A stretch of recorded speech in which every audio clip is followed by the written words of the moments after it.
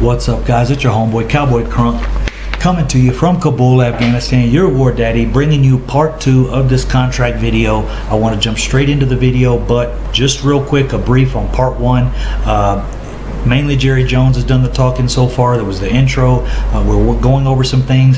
What part 1 and part 2, and there's possibly a part 3 depending on how long this goes, is talking about is me reading in detail what was going on here, their body language, and with my experience working with contracts, the military, the fuel, it really relates when you're sitting down and doing contract negotiations with multiple companies in the room, trying to negotiate money, trying to get the best contract for a company. And these are multi-billion-dollar contracts.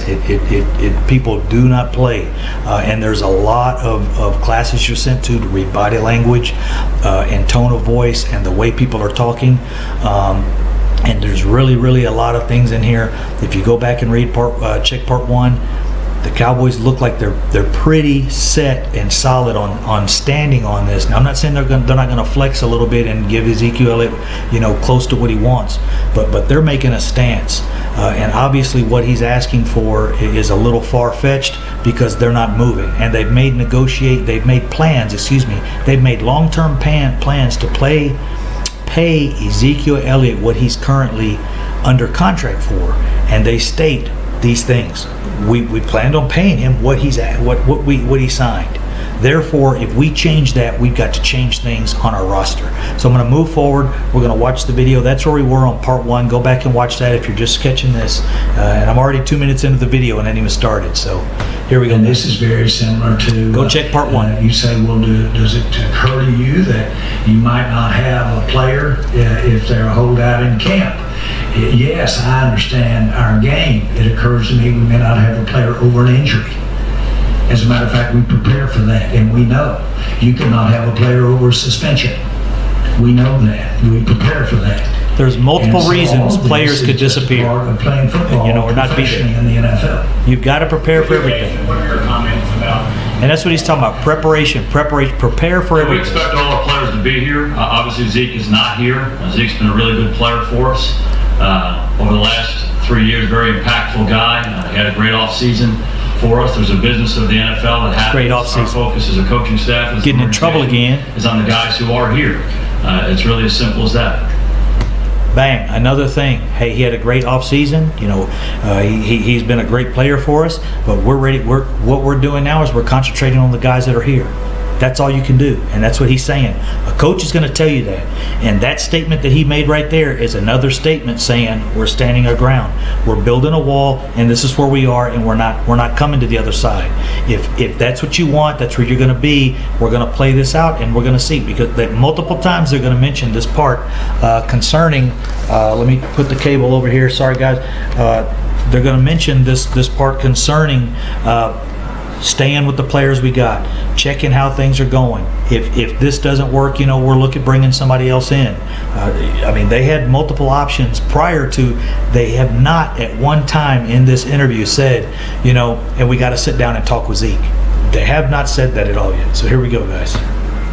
Jason, can you address that? Yeah, I think when you've done this as long as we've done it, none of this is, there's no surprises.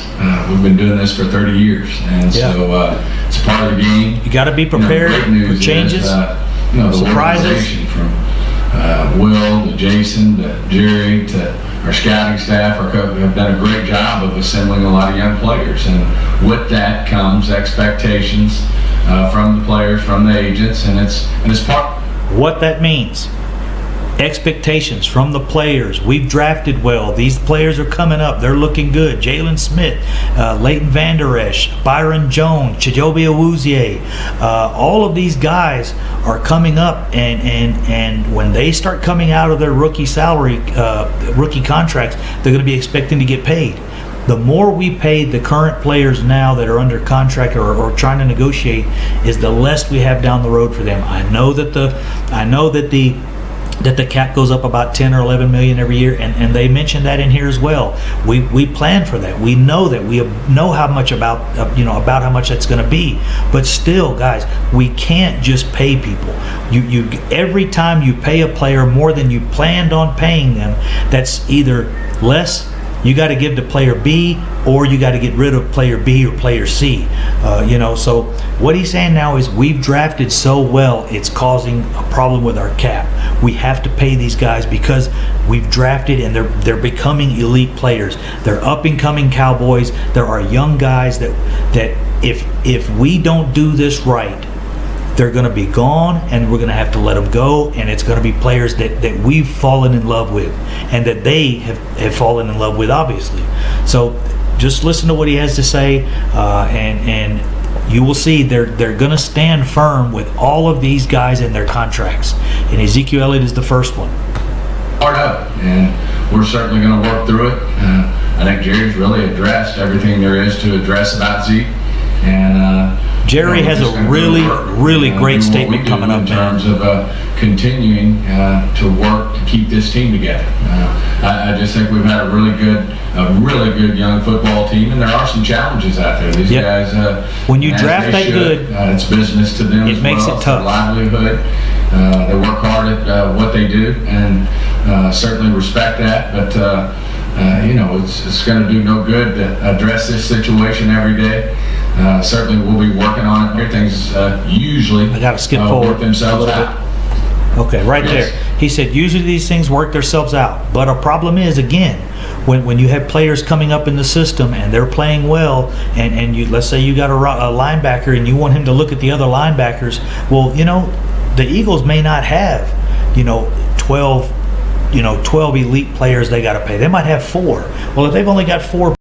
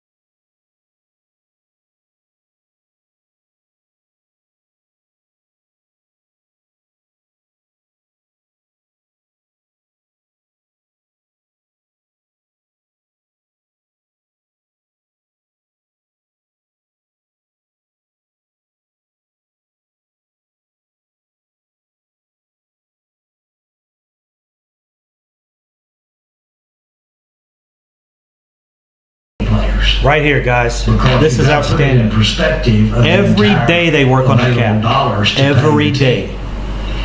And I'd say there are very few conversations that Stephen and I have. But at some point in that conversation, we're not discussing player, its impact on other player. We're not discussing. See what he's player, saying? When we its discuss a impact player, on other players, we discuss the impact of that relative player on to other cap players, and financial.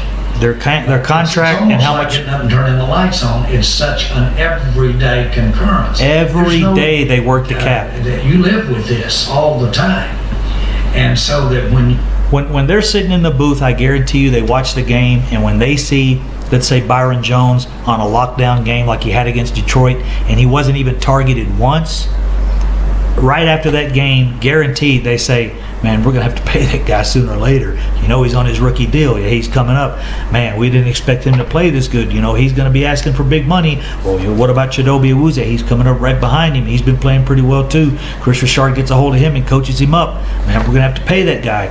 You've got to think down the road. You can't just do it all, you know, sign this guy or we need him. He's no one person is worth destroying 2 or 3 players on your team. Those 2 or 3 players are always going to be more valuable than one person.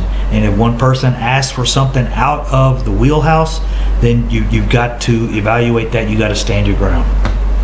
you don't have the player on the field for whatever reason, then you would be discussing, well, that's why we put that in place. That's why we have that in place.